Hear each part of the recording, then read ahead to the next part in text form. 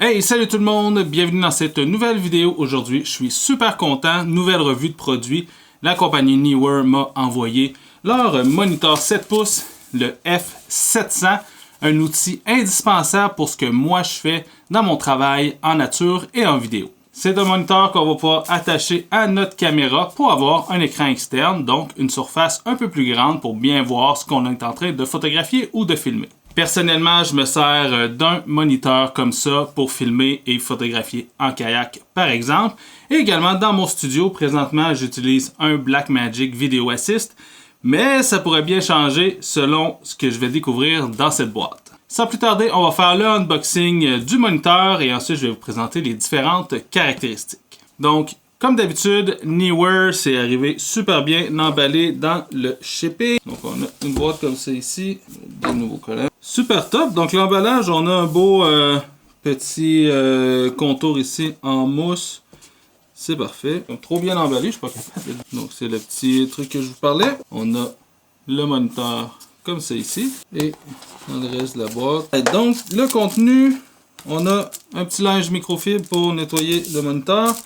On a deux batteries ici. C'est des NPF 750, le standard un peu dans l'industrie. Donc ici, c'est donc deux batteries de la compagnie Neewer. Il y a plusieurs autres marques également, mais Neewer, moi, c'est ce que j'utilise même sur mon Video Assist de Blackmagic. Ça fonctionne très bien. Donc, on en a deux. On laisse ça de côté. On a une petite monture ici, hot shoe, qui va nous permettre de monter le moniteur sur le boîtier, donc directement dans le sabot de flash.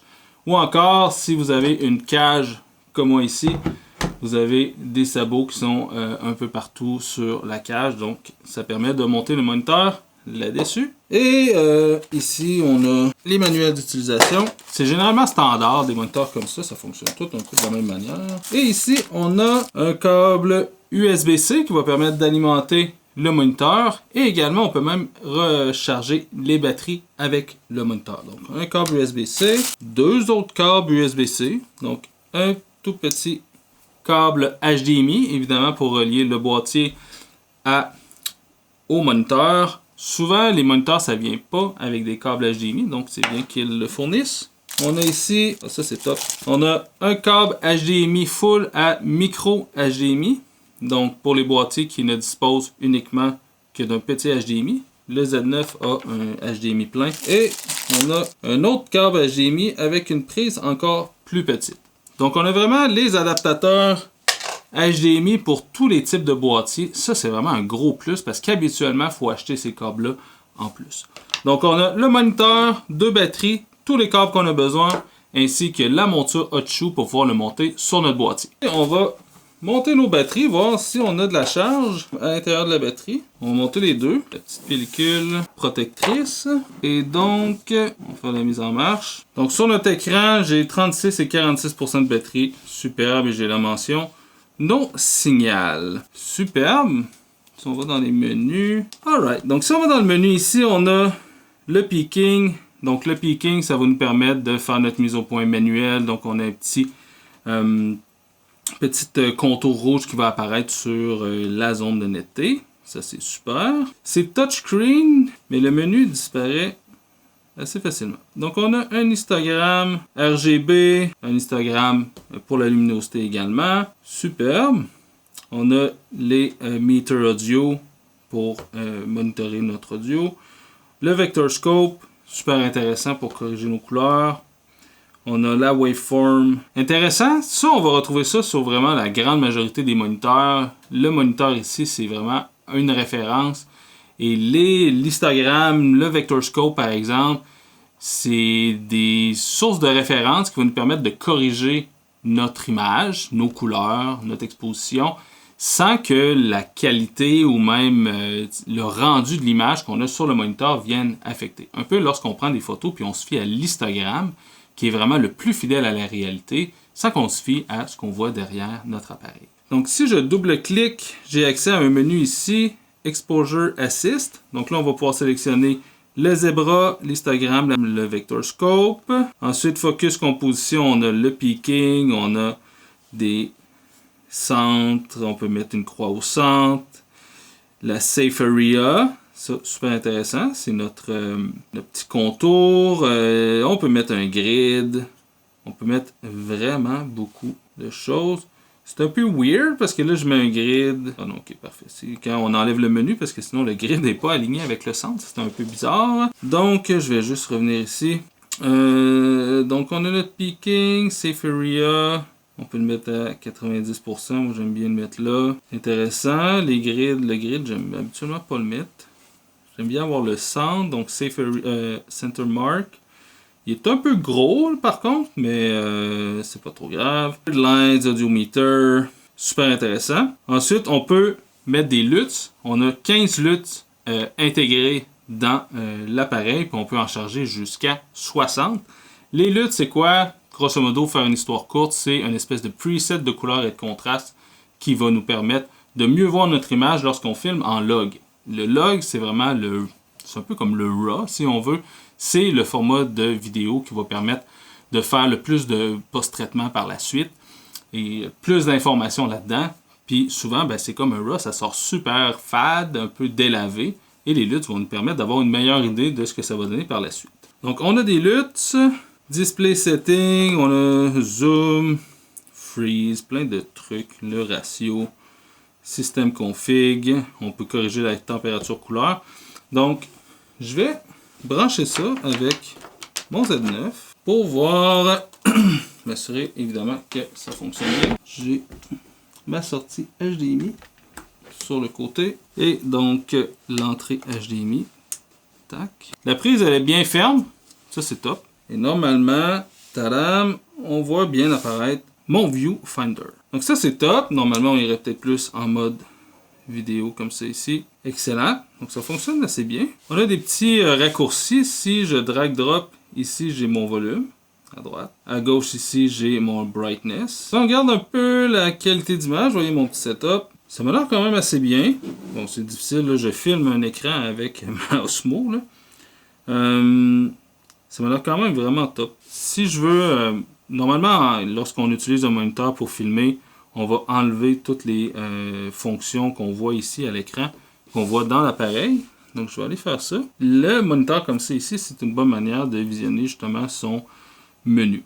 C'est un moniteur qui n'enregistre pas.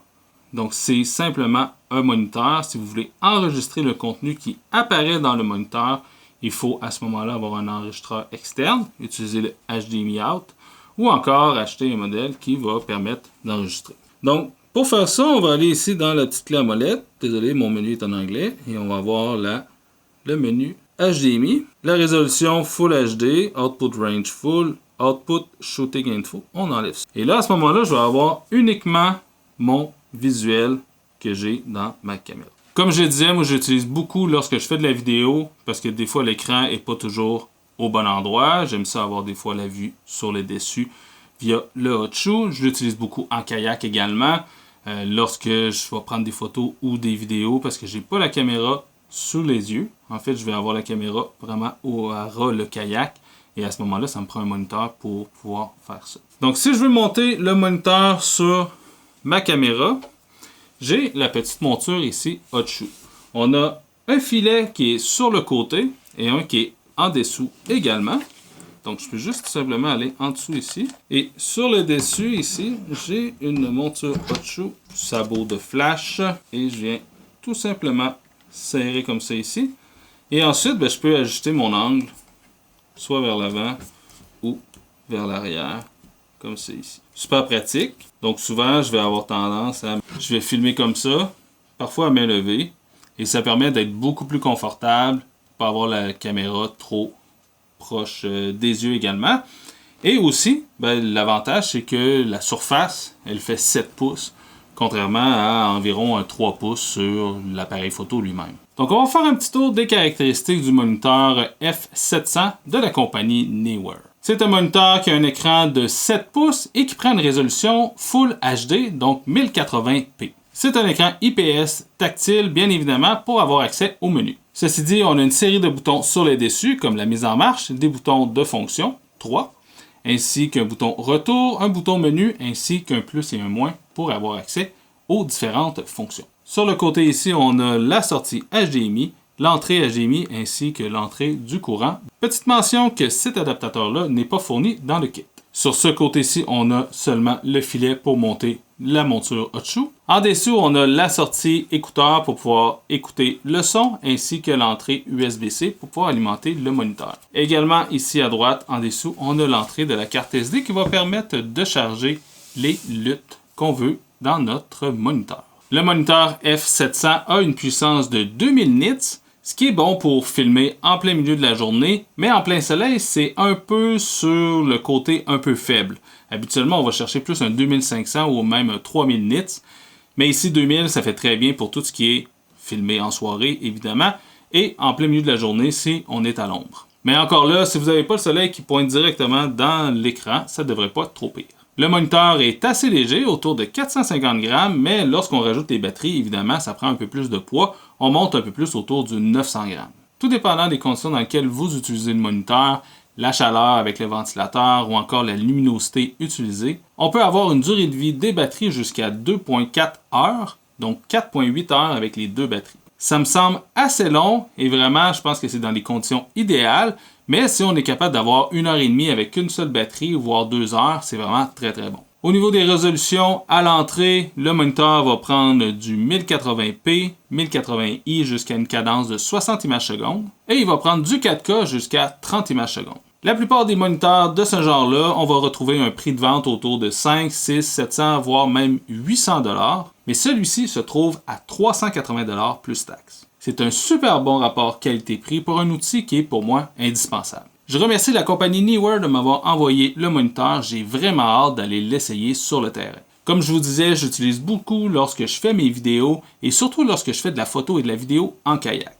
Avec la taille du moniteur, la puissance de ce dernier, je pense que ça va devenir un outil vraiment indispensable qui va se retrouver toujours dans mon sac lorsque j'ai des projets vidéo. Le seul désavantage de ce moniteur, c'est qu'on ne peut pas enregistrer avec lui. Ceci dit, le prix serait beaucoup plus élevé si c'était une fonction qui était disponible, mais ça reste quand même pour moi un outil qui est indispensable pour mon travail. Donc restez à l'affût, je vais avoir une petite revue sur le terrain qui va s'en venir au courant de l'été lorsque je vais pouvoir le sortir en kayak. J'espère que tu as aimé cette vidéo. Si c'est le cas, clique j'aime, commente et partage, c'est toujours grandement apprécié. Laisse-moi savoir dans les commentaires si c'est le genre de produit qui t'intéresse. Et si tu en utilises un, laisse-moi savoir de quelle manière tu le fais. Si ce n'est déjà fait, abonne-toi pour ne pas manquer toutes mes prochaines vidéos. Mais sinon, on se dit à la prochaine. Ciao tout le monde!